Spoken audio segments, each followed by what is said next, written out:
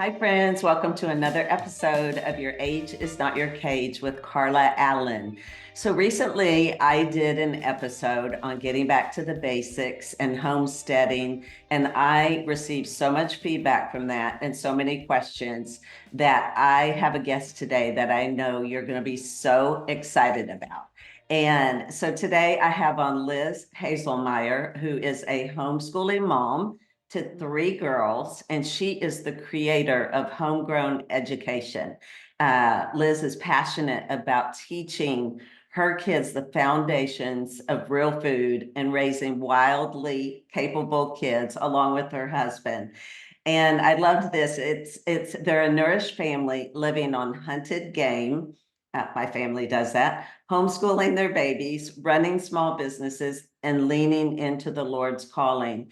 But Liz and her husband wanted a way to teach their girls about real food, food freedom, and then the beauty that comes with nourishing ourselves well. And unfortunately, probably like a lot of us, they found there was nothing out there.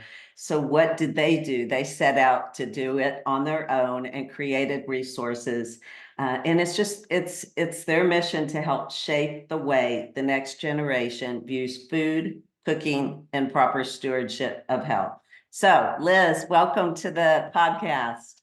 Hi, Carla. Thank you so much for having me. Oh, you're so welcome. I'm just so glad I discovered you recently. And ever since I did, I have binged on many of the podcasts already.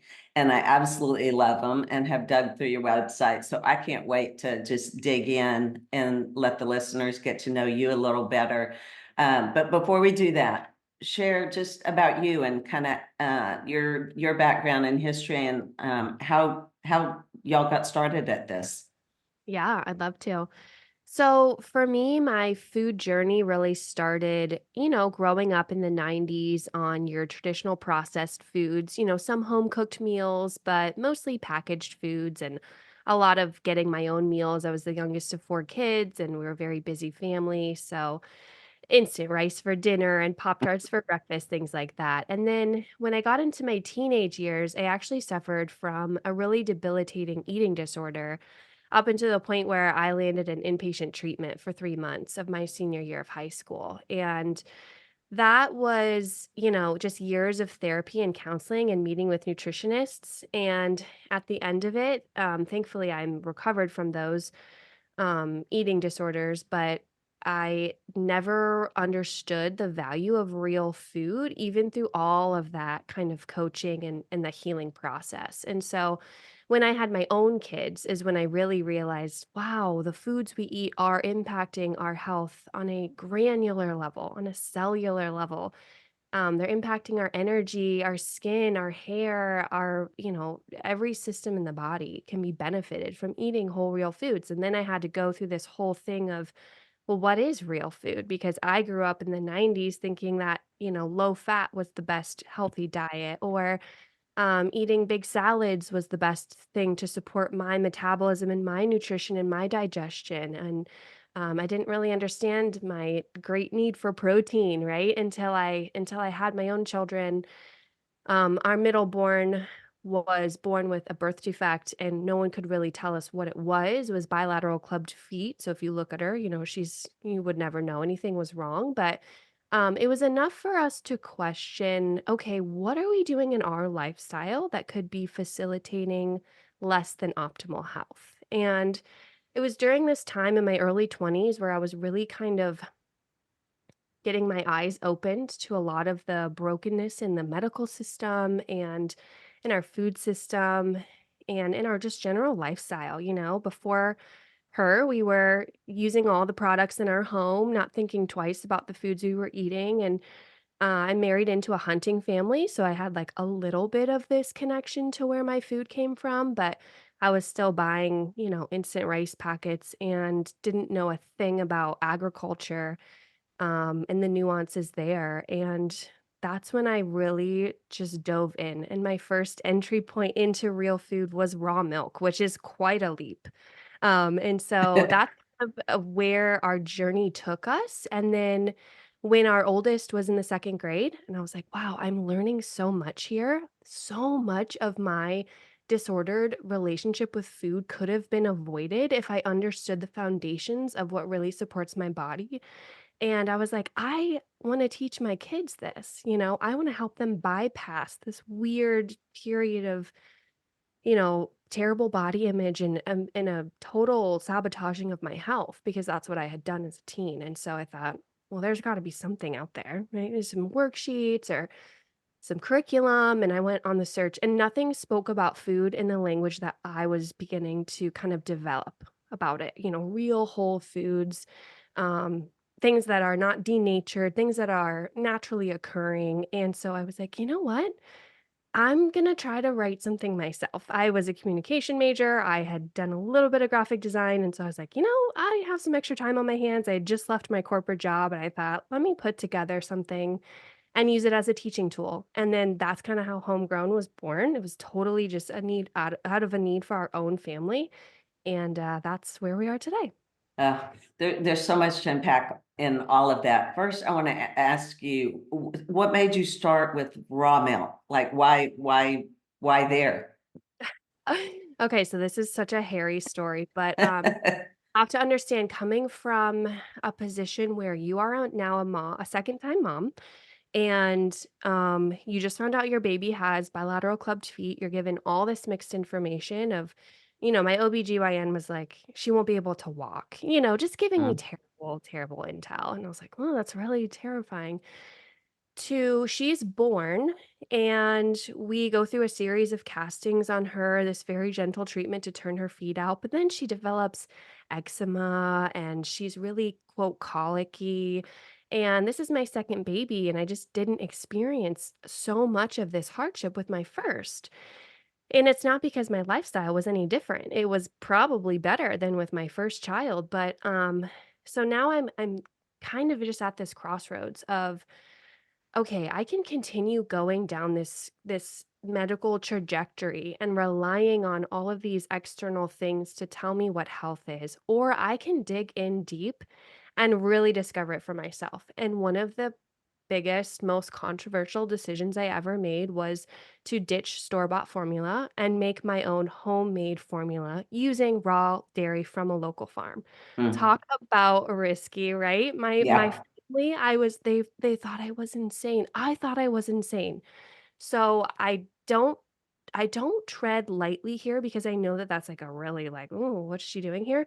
So I went in hard on the research. I read books, I listened to podcasts, I talked to people from the Weston A. Price Foundation, I interviewed my local farm, I talked to a local, woman who had a master's certification in nutrition and understood whole traditional foods.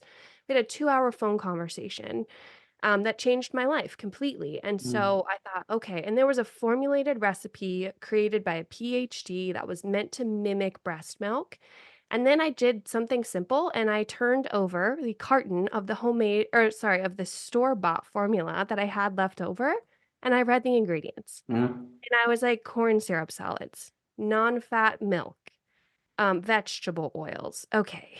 So then I have to use my common sense and logic and say, have we been drinking whole raw milk from a local farm safely since the beginning of time? Yes. Are there unsafe ways to produce unpasteurized milk? Of course. So should I be extra sure about my sourcing? Yeah.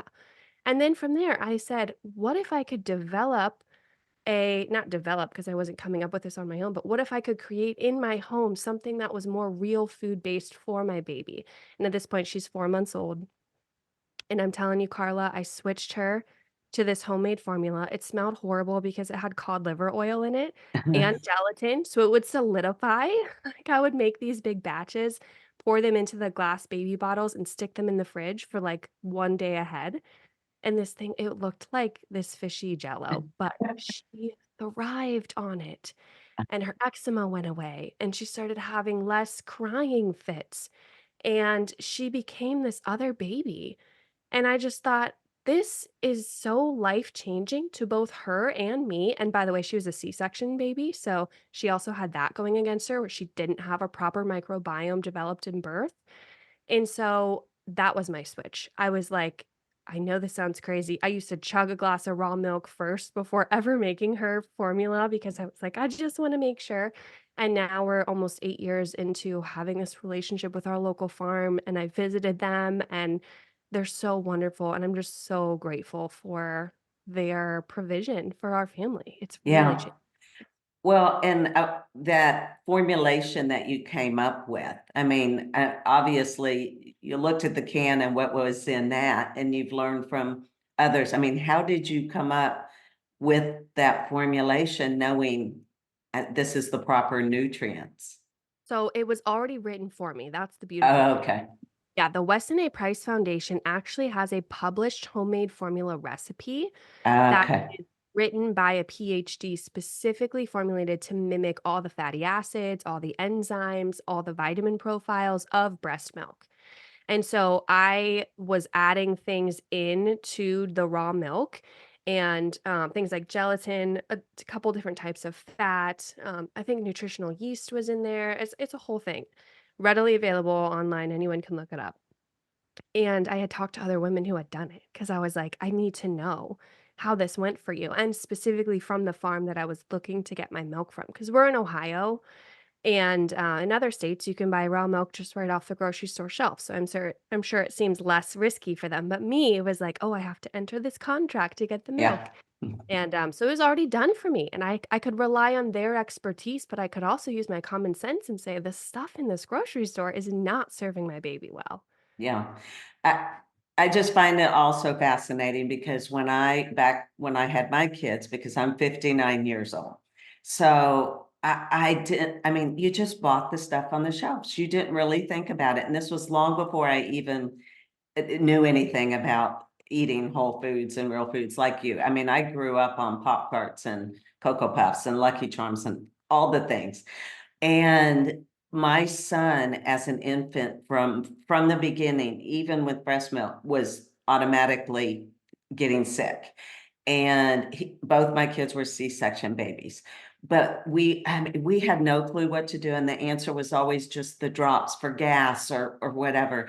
And it was so hard as new parents of newborns trying to figure out the best thing for your baby and then switching formulas, but not really looking at the ingredients. And, of course, when I look back now and the things I know now, it's like, oh my goodness, why wouldn't we research out something that doesn't come from a can, that is natural, I mean, I really want that for others now and new moms. And my friend who has a 8-month-old baby switched him to raw milk. And it was like that leap of faith and really learning. And also we love Weston A. Price too. And I have one of their booklets that gives a lot of detail on raw milk and several other things. And that's where I learned a lot too, and switched over my family not long ago. It's all new to me. I didn't know what herd shares were. I didn't know anything about all of that. And it's been so fun to learn, but also it feels so good knowing what I'm putting in my body, my family's body now. And I didn't know that about the formula. And I think that's just amazing because you just think about the differences you saw in your child. It's incredible. Mhm. Mhm. Um, so let me ask you, what to you and to people out there, when you say whole foods, real foods, uh, feeding your family, like the foundations of that, because I love that too. And I don't think that is also the direction I went as my kids were younger. It was more about what's healthy. It was different. It was more like salads and all the healthy stuff. And I grew up in the generation of fat free. That's when fat free, everything was fat free. And but now I think sometimes we take it for granted that people know, well, when they're saying real foods, whole foods, what is that? What does that look like? How do I afford those kind of things? I'd love for you to speak into that a little bit. Mhm. Yeah, whole foods for us, it's so simple, right? Single ingredient foods. If you're talking about the venison in your freezer, from the deer you hunted, maybe that's a little extreme. The steak in your fridge that you're going to fry up, that's one ingredient. Your chicken, your eggs, your milk should be one ingredient. If you look at the grocery store shelves, it might not be. It's probably fortified with vitamins, okay? Immediately takes it out, puts it in the denatured category, not to mention it's pasteurized and homogenized.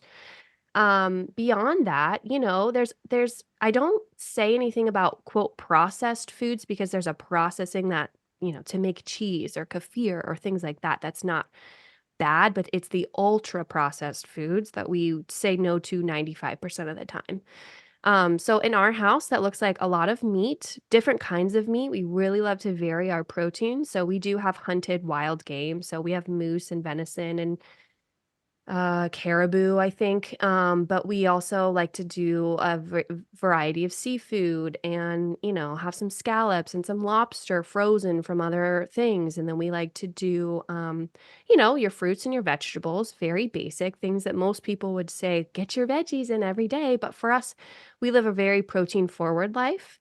We also love vegetables. So we want to get those rich enzymes from real raw foods.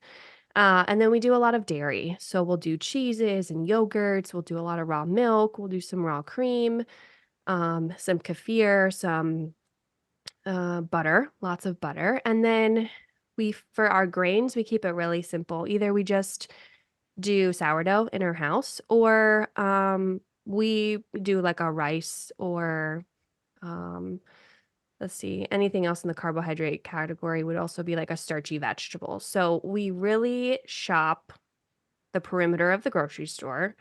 And we like to source our foods with that rough rule of either single ingredient or three ingredients or less. And if it has more, ask yourself why. And we're not like militant about it, right? Like we have three little kids who go to a family Easter celebration and they still eat the jelly beans. And I'm not like, oh no, don't eat that.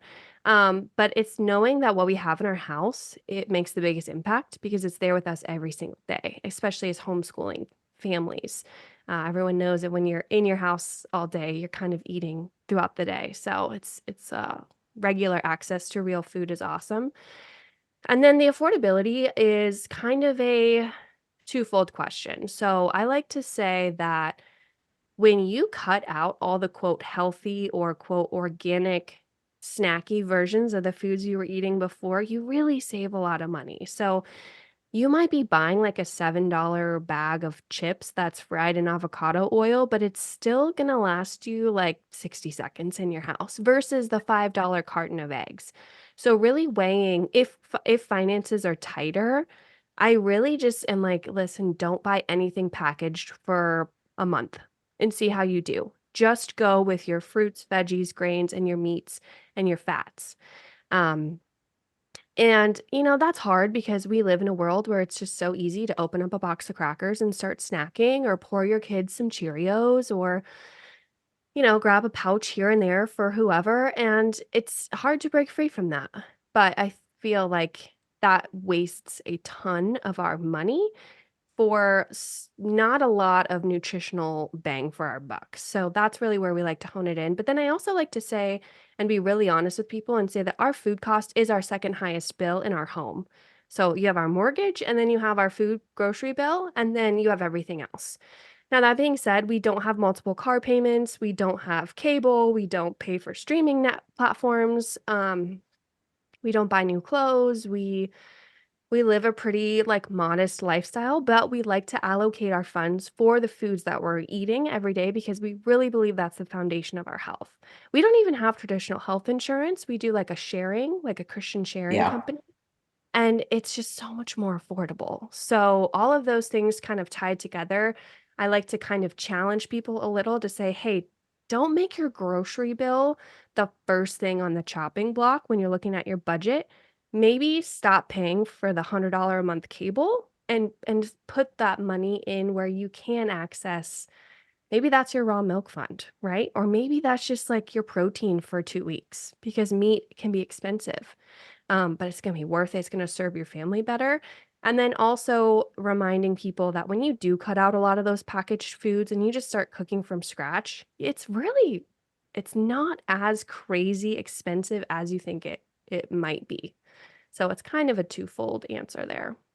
I mean, it's really it's not because if you go through the grocery stores, and I actually happened to be in one this morning, and it's funny because I do shop the local farmers markets more now.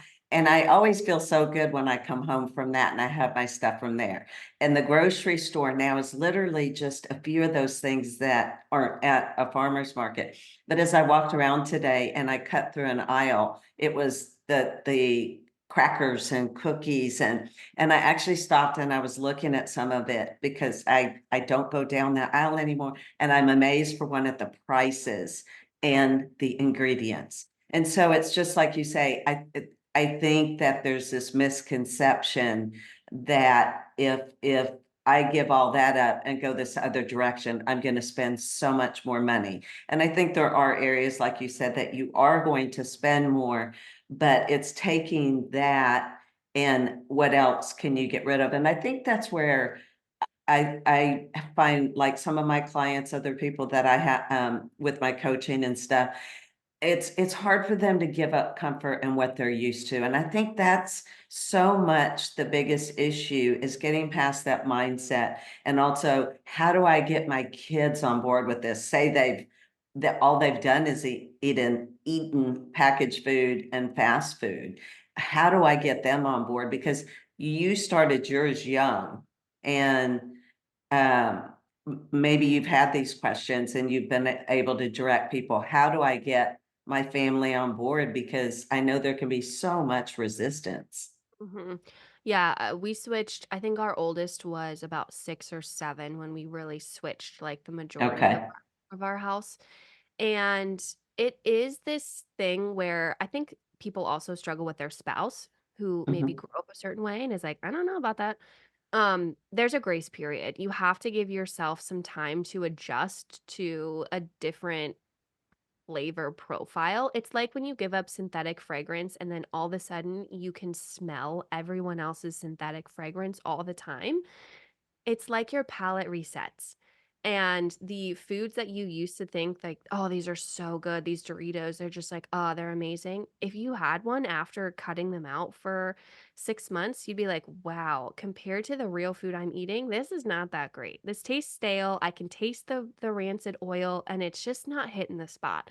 So your body does need some time to adjust when it comes to like a craving or having a real taste for something. And I would just say, give yourself grace for that. The best thing you can do when your kids are young is just not introduce them to the quote kid food. That's one of my biggest successes I've seen in our house is with our third child. I just ditched everything. I didn't buy her a single pouch. I fed her just egg yolk mashed with butter for her first food. She had liver, she had just a great foundation, and now she's a wonderful eater, and she doesn't feel like she's lacking in anything. But for those who are switching while their kids are older, there's a good way to slowly transition. Try to, make some things at home. I think homemade cookies taste better 10 out of 10 times. So, Yeah. it's not to say you never eat a cookie again. It's just to say, "Hey, instead of spending the money on the box of cookies, buy the bag of flour.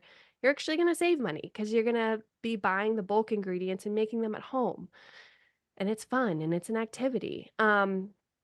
And then from there, just finding things like once your kids I know for our middle child, protein was hard to get in her, but it wasn't like I could say, like, "She just won't eat meat." I had to find the texture that she was comfortable Mm. with. For her, she really liked, like, braised or smoked meats that kind of fell apart, were really juicy, they weren't dry, and I knew no matter the animal, if I could serve it like that, she would eat it. And so there's so much nuance there, and I just say, like, I encourage parents to not jump into these big categories of my kids won't drink milk, my kids won't eat meat. There are ways to make things palatable and, think of all the different types of meat and all the different ways you can prepare it. So many different textures that you can play around with. Find one that works for that kid, stick with it for a while, and then introduce something else. For milk, yeah, my kids don't love chugging a glass of raw milk, except my oldest does, but which is funny because she's the one that we switched over when she was older. But my younger 2 don't, but we make some homemade chocolate milk, and I get the milk in them that way, and so even just adding a little tablespoon or teaspoon probably for a child of some maple syrup in their milk just to get them those vitamins and nutrients and have it be a sweet treat, um, as they're learning to have a real palate for the raw milk, I think is a great way. So giving yourself grace, time, and then really taking note to, oh, they ate that dinner and they didn't complain, and maybe they like that combination, or maybe they like a dish where it's all more together. And then obviously like home making some of your favorites if you can. So I think those are all really good places to start. Yeah, and I think also, including and incorporating your kids into it, in the process, and in the cooking, the baking, the learning, everything that goes into it, where it becomes fun and it becomes, they don't realize maybe as much educational that they're getting, again, that foundation if we're including them versus saying, this is what we're doing. Yeah, and I think once your kids kind of learn about food and you learn about real food along with them, it just becomes so clear how simple it is. And for instance, our kids will be like, I want a snack. And previously in my old life, I would have said, oh, like, grab a bag of chips or something.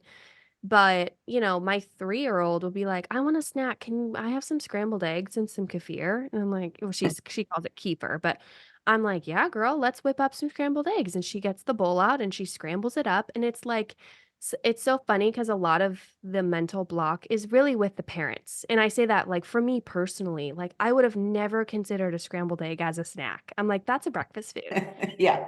If you just put everything on the same kind of playing field, and you're like, "Oh yeah, that is a great snack. It has good fats and proteins."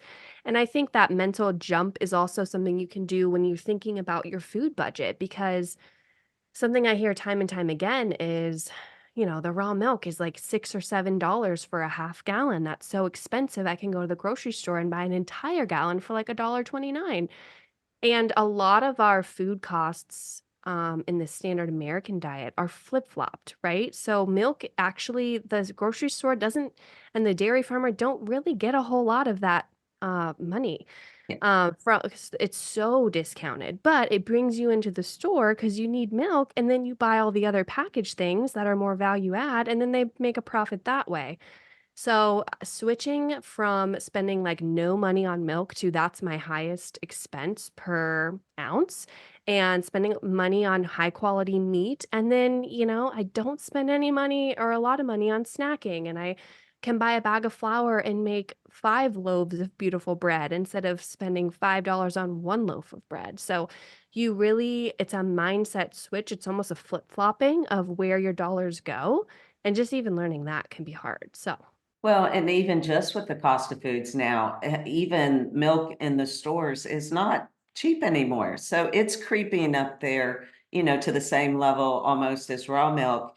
And I buy my eggs from the local farmers market too. And I paid less than the eggs I used to buy at the store that were, the organic eggs. And so there are ways to find good quality in food like that, milk and eggs. And I buy bread from one of my friends that makes sourdough, just because I haven't learned yet. This is the whole area that I'm just really diving into, which is why I'm doing this quote kind of series on all this type stuff, because of the feedback I got on the first one. And so many people I'm talking to now just seem to are seeing the benefits of just getting back to the basics and wanting better for their families and their kids. And you had mentioned that you don't have a regular insurance, and we don't either. We haven't for a long time. And majority of our costs then, of course, come out of pocket unless it's over a certain amount. But I know people hear this frequently, but I believe in the fact that if we are doing these things where we are nourishing our bodies well, then we're not paying for those doctor visits, and we don't go to the doctor. And I have to go and get lab work because I donated a kidney last year. So I do have to go do certain things, but I don't go to a regular doctor. And again, that's where if we're not having to spend our money on all that and doctor bills and paying for that, that's also another area where you will save money because you're taking care of yourself. mhm. Yeah, for us, we switched away from a traditional insurance, I think 7-ish years ago, Hmm. and we really haven't had to file a claim at all except for this year, and that is more for their correction on my daughter's feet from her clubbed feet. And so even if you do have a child who, because I hear a lot of times like, well, we have medical needs, and there are programs that will still benefit you. You'll still end up saving money, even if you do have to go through things like physical therapy or surgery or things like that. I mean, we're walking that path right now. So I've been really pleased with stepping outside of the traditional insurance because they don't dictate how I'm served anymore and they don't Right. dictate who I see. And my mother-in-law is a holistic practitioner who we go to for little minor illnesses and ailments, and that wouldn't have been covered on insurance anyways. So it's really stepping outside the matrix, and it makes you kind of realize how entrenched everything is and then how freed up you are when you get away from that. So Yeah. I really loved it. I've enjoyed it. That's so true. So share how you're teaching your girls. What kinds of things are they learning? What kind of life skills are they hunting? Are they, I'm assuming they're probably immersed in all the things with y'all. Yeah, so a phrase my husband kind of coined is we want to raise wildly capable kids. And what we mean by that is that, children are so capable. And I think a lot of times it's us as parents that put limits on them because we're just not sure. And is that okay? And when you break out of, again, the public school system where everyone is on a track based by their age and, they're in a certain grade level, and you realize that there's a little more breathing room to really see talents and interests flourish. And so for us, that looks like my 13-year-old being able to cook an entire elaborate dinner from scratch. Like, she will have a whole chicken, she'll simmer it for a chicken stock, she'll then pull the meat off the chicken, she will dice up the veg, she will saute, she'll make a roux, she will add the broth back in, she'll make a pastry dough, she'll put the chicken in, and then she'll bake it for a chicken pot pie. 100% on her own, I don't say a word. She just does that. Wow. And she loves it, and or she's learned how to do pâte à choux pastry, like, for, cream puffs, and so she'll make this choux pastry, or she'll make scones, the best scones in the world she makes, and she really wants to open up a bakery when she's older, so I'm, like, Yeah. trying to help her kind of broaden her baking, but she's just so confident in the kitchen, and that started because we just invited her in. And, there's little techniques that we do, like we gauge how mature they are and should we give them the small paring knife to begin practicing how to chop or not. All the way down to our 3-year-old who, like I said, can scramble her eggs. Like, she gets the bowl out, she cracks the eggs, she scrambles them, she puts them in the pan, she stirs them in the pan, and then she seasons them and gets them out.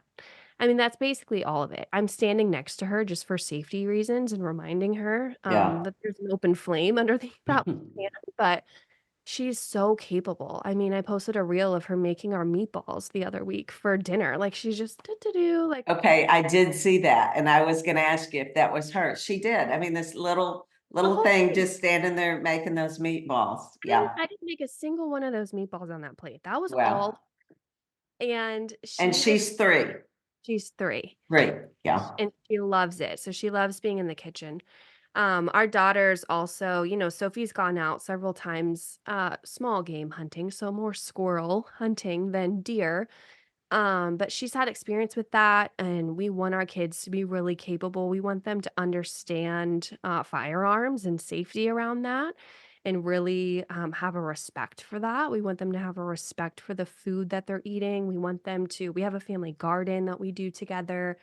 My 7-year-old is learning how to knit because she spends a day a week with her nana, and her nana is teaching her how to knit. And she is just flourishing in that. She wants to be a farmer someday. So she also follows her around in the garden and just learns all the tricks, and she can identify insane plants that I don't even know. And so a lot of it is exposure to people who are older and wiser than us. So they spend a lot of time with their grandparents just having enriching, conversations or out to lunch. And that's how we've designed our life, is to really be kind of this multi-generational living.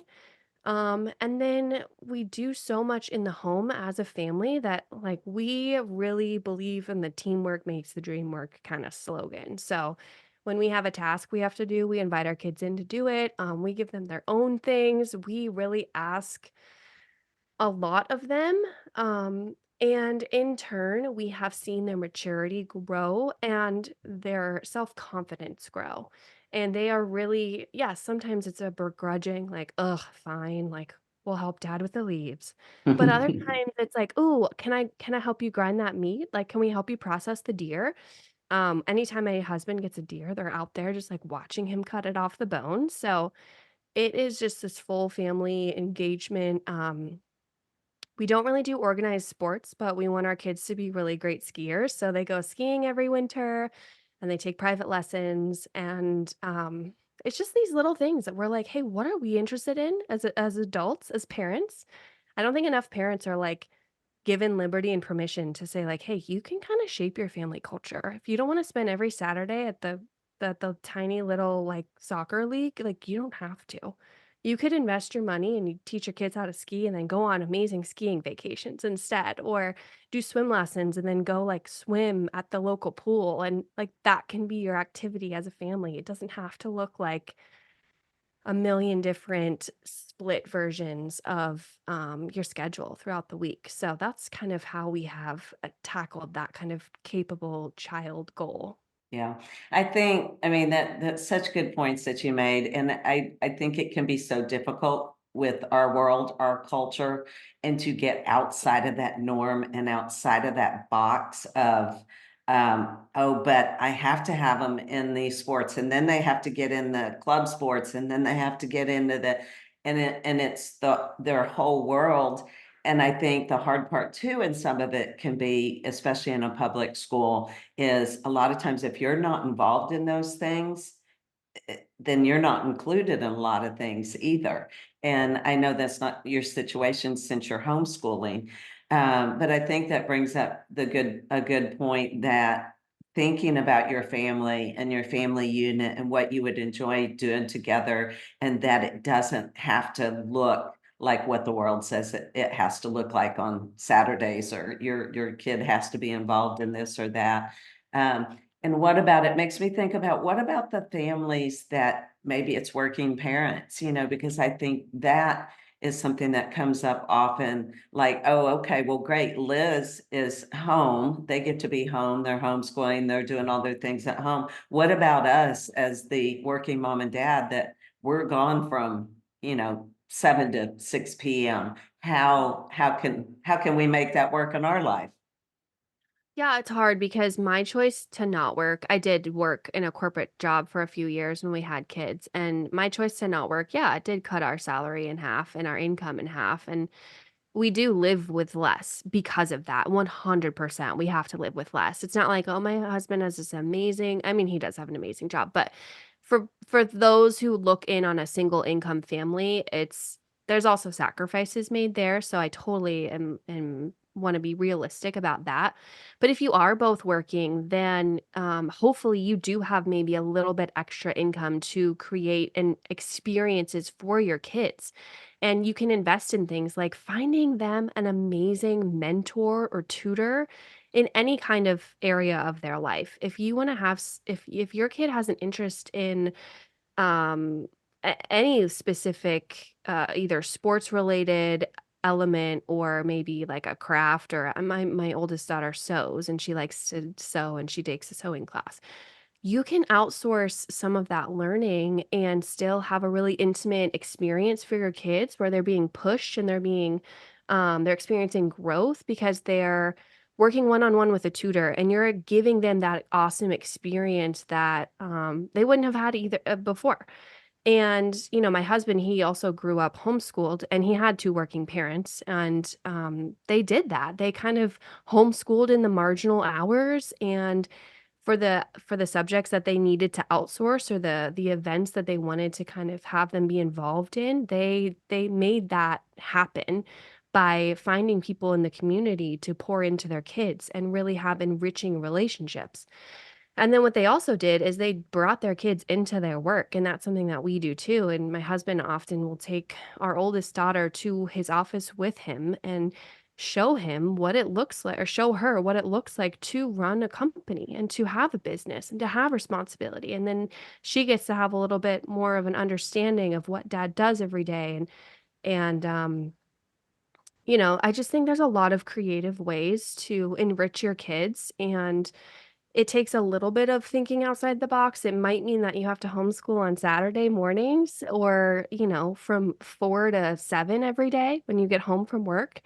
But I also think that people have more flexible work schedules these days, so maybe there is a way that you can figure it out. And obviously, if you're both stuck in a 9 to 5 away from home, then yeah, that is a unique challenge. And with that, it's just gonna have to come down to looking at your priorities and what makes sense for your current season of life. Hmm. When my 2 oldest were really, really young, we were both working, and that was a hard season, and we were a young married couple, I mean, so young. So, I feel like I've walked a tiny, like, maybe 1 mile in that, person's shoes, but I recognize that there's sacrifices on both sides. So it's just coming up with your family values and saying, what do we want for our kids? What do we want to outsource? And what do we not want to outsource is even more important. And coming up with that decision, having those convictions, and then building your life around it, if possible. I mean, that would be the ideal, obviously. Well, and I think some good takeaways from what you said too made me think of if people will think about it in that it's not going to look like or doesn't have to look like our school here. I know like high school's 9 to 4, or elementary's 8 to 3. It doesn't have to look like that. It doesn't have to look like those kind of hours when you homeschool. And I did a little homeschooling with my kids too. So I know sometimes it was an hour or two and not even every day. And then there were other things that we did, like you talked about, got them involved in other things, in areas we wanted them to learn. So it's definitely thinking outside of that box and not getting trapped in, well, but they go to school Monday through Friday from 9 to 4, and I can't do that. And so I think those were some good points that you brought up to kind of work around those hours and just work around what works for your family. Mhm. Um, so I want to ask you moving forward. I know you have different meal plans and some things on your website, and I wanted to make sure I talked about those a little bit, and that you can share what those look like and what's in those if someone wanted to get that to help ease um, planning and preparing for meals. Mhm. Yeah, so our first meal plan we put out is called, "What's for dinner?" Because my husband would come home from his office and be like, "What's for dinner?" And I would just like grit my teeth, I'd be like, "I've been home all day with these kids." And you would think being home all day, like having access to the freezer where I could pull out the meat to let it thaw, but it just slips your mind, you It know? does. Yep. And so he was so sweet, but he was like, "Babe, I'm not asking that to like catch you. I'm not like I'm just genuinely asking like what's for dinner." And so he was like, "You should just pre-schedule a bunch of meals and write it out. Just do it for 2 weeks. Just try 2 weeks of just, like, writing out the meals." And I was like, "Okay." And then I was like, "Well, maybe I can create something for the community," because Homegrown had already launched at this point. And so we did 2 weeks. We did week 1, week 2, what's for dinner. And the way I really created it was to say, "Hey, you're gonna go to the grocery store. Here's your set list of groceries for the week." I gave you your entire shopping list. And I'm going to make sure that we utilize every ounce of that shopping list. So if you had to buy a block of Parmesan cheese and you only used half of it for one meal, it's going to show up in a recipe later in the week so you can finish that half. You're going to buy a chicken every week so that you can eat the chicken as a family, but then you're also going to use that chicken carcass and leftover bones and meat and skin and create a stock with it. You're going to make homemade chicken stock and you're going to transform that into your soup later in the week. So we're really like maximizing ingredients. And so just by putting a little bit of effort and thought up front, I created these weeks of like 7 meals a night, which, not everyone cooks 7 nights a week, but it really streamlined things. And so then I thought, well, geez, I bet I could create 4 more weeks, and then we'd have 6 full weeks of dinners, 42 recipes with Wow. shopping lists included, and, we put it together and we sold it, and people have loved it. I think it's our most loved resource. They're like, "I need what's for dinner," you know? And I've had just the sweetest messages of young women who say, "I'm newly married and I went into this marriage, I didn't know how to cook, and your What's for Dinner literally taught me how to cook." And I'm so thankful for that. Now I have basic recipes that are my go-tos that I can make. I can also, have the confidence to kind of branch out into other things too, now that I have like a foundation. So that's our What's for Dinner. About a year later, we did a what's for breakfast because that's another hard one, right? People are getting their kids ready, they're maybe Yeah. going out to leave, and I really wanted to do like a protein forward, nourishing breakfast that wasn't cereal. I mean, cereal robs us of our most important meal of the day. And so I was like, I'm so anti cereal for breakfast. So I need to create a resource that helps people instead of just telling them, not to buy the cereal. So What's for Breakfast is a similar, concept where, you have a shopping list and it's more so built around the staples. So it's like you Hmm. have these staples in your house, you can make anything from this book. If you have eggs, if you have potatoes, if you have milk, if you have flour, you can make anything from this recipe guide. So, those are both really helpful. I haven't done anything formal for lunch yet, but those have been really beneficial for folks who are like, "I need easy, nourishing meals that aren't going to, require a million random ingredients and things that I can cook out of my home, and then I just know to stock those things in my home all the time." So, those are my Yeah. meal. Well, and good nourishing whole foods too. I'm 100% confident or what you're using in your meal plans. And I think it does help just and can even give a just a tool, a guidance to get people started and then and help them realize, okay, this wasn't so hard. And then even if they want to start over, start over. But for breakfast, for me, I do definitely think outside of the box. And a lot of times my breakfast is eggs and it might be ground beef. I've had liver in the morning. I mean, the days of cereal, which is all I ever used to eat as a kid, cereal. I always say cereal.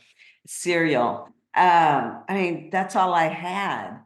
Mhm. And now I make sure again, like you, protein forward. And it just starts the day and feels so much better. And if we can do that for our kids too, what a beautiful thing to get them started in their day versus just sugar. And then they're going to have that crash and be hungry and ready for another snack, just like you mentioned about the bag of potato chips versus the eggs. It's those potato chips are going to be hungry again in 30 minutes and asking for more food. And so I love that you have those meal plans, and I think that's such a good resource. And you also have a couple freebies on your website too. Yeah, our sourdough guide is a beginner's guide for sourdough. You should download it and try I it. need that. Yeah, I want you to try it. That is something I created after failing for so long, probably 2 years, in sourdough, and I was just like, this is pre-2020, and I was just like, I just can't get it. I say pre-2020 because sourdough really took off when everyone was at home, but I wanted so desperately to make sourdough baked goods in my home because I knew the benefit of fermenting my grains, but I was making these, like, dense bricks that were just inedible, and it just wasn't working, and then I finally found something that worked, and I finally ditched some of the, I'm gonna say, more advanced lingo around sourdough, things like levain and autolyse, and just I get really nerdy when I get into a topic, if you can't tell, and so I dove into sourdough, and I kinda went all the way to advanced, and I was failing, so I created the beginner's guide to be a language where you can totally understand what I'm talking about, and it gives you the definitions of everything. It talks about your starter and how to create one. It talks about what a feeding is. It talks about what do you mean when you say discard part of your starter? That's confusing, right? So it breaks that all down. It gives you basic recipes, gives you bonus recipes like for our pizza or our chocolate chip cookies, which are super famous. pancakes, just all kinds of things. Teaches you how to leverage your sourdough starter to create other things and also how to really read it. If you're like, oh, it's just not bubbling as much and it looks really thin and frothy, you can go to the guide and say, oh, okay, that means that it's just hungry and it needs a good feeding. So it's really meant to be a comprehensive guide. It's free. I think we've had like 50,000 people download that thing and start making bread. Oh, So wow. I've had several people say, I now have a booth at the farmer's market selling sourdough bread, and I learned from your guide." And I'm like, Yeah. "That's insane." Yeah. So, students have surpassed the teacher 100%. That's I'm I'm amazed how much sourdough has taken off, uh, and I'm seeing classes everywhere. And when you talk about the whole feeding it and all that, yeah, I've heard all that. I don't know it either. I know you have to feed the starter, all the things. So yes, I need that guide. But it is amazing how it's taken off. And I can go to a farmer's market, and there are several sourdough vendors.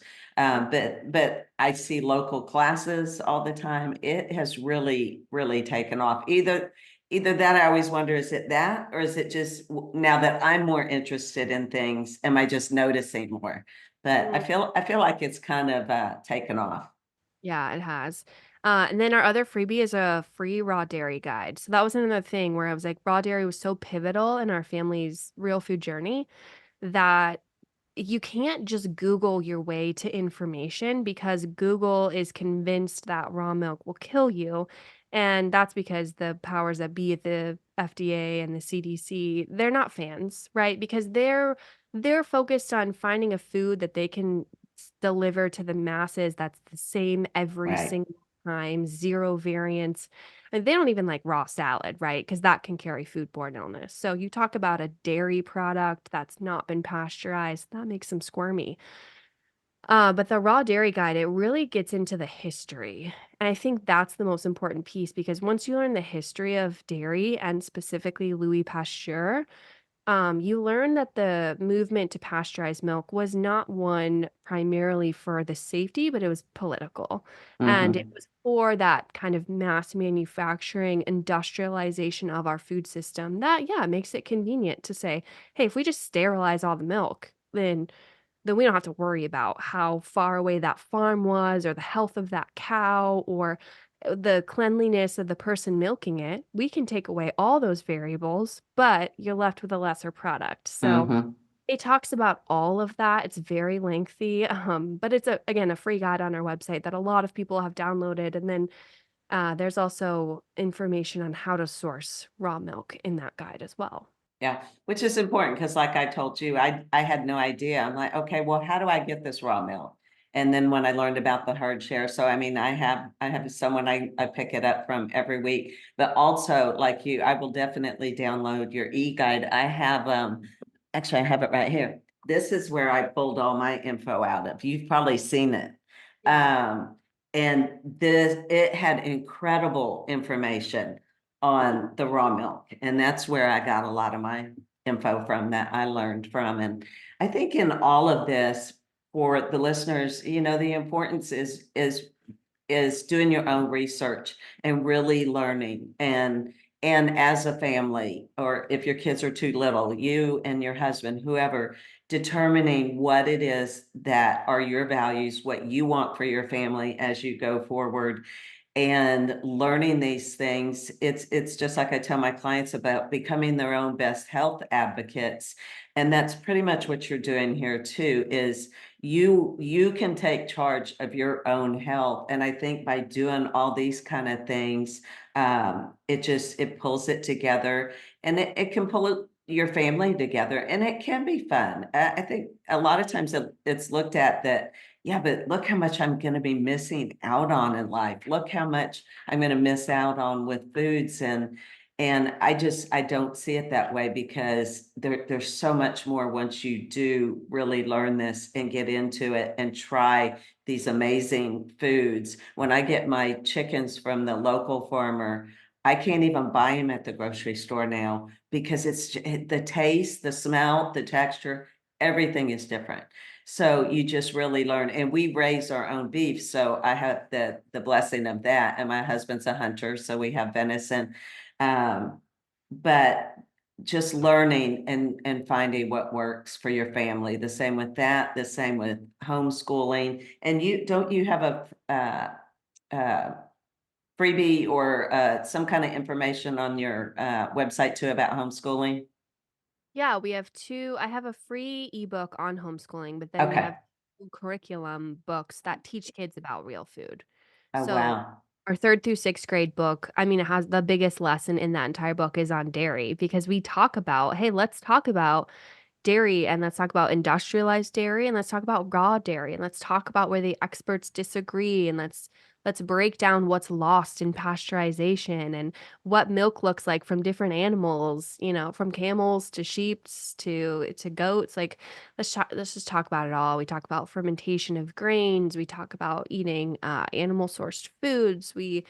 It's really that, like, nutrition curriculum for that 3rd through 6th grade, and then I created one for the pre-K to 2nd grade, age range that's more introductory, more activity focused, so you're gonna be doing, like, some pattern work or some counting or, some matching, and it's all with, like, beautiful watercolor and, like, butter and real meat, and we talk about wild game versus domesticated, and it's just a really good teaching tool to for those early learners to really figure out, okay, what is food and where does it come from, you know? Yeah, and the other thing that, people can do too is go visit some of the local farms, talk to the people at the farmers markets, and most of them have where you can come out to their farms. And I think what a great way for the kids to learn to even add to their excitement for maybe if they're doing the curriculum or something, add to their excitement about what they're learning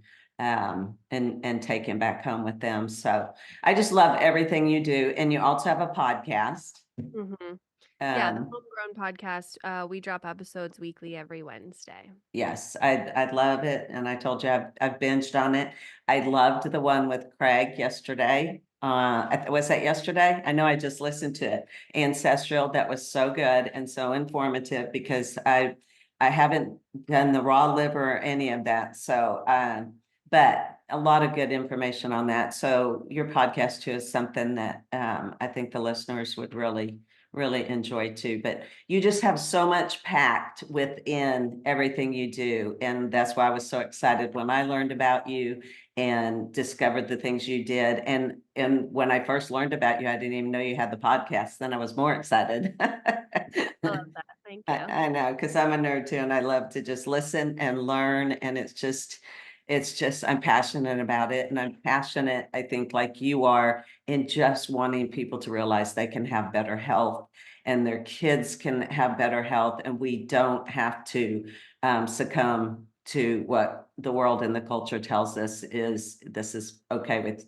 for your kids and your family, because it's not. And so I love what you're doing. Is there anything I didn't talk about or ask you that you wanted to share or? No, I think we covered it all. I love to end podcasts with just an encouragement to parents that it really is in their hands. And there's of course lots of things we outsource in our parenthood, but teaching your kids about real food and being their foundation of health really isn't anyone else's responsibility but your own.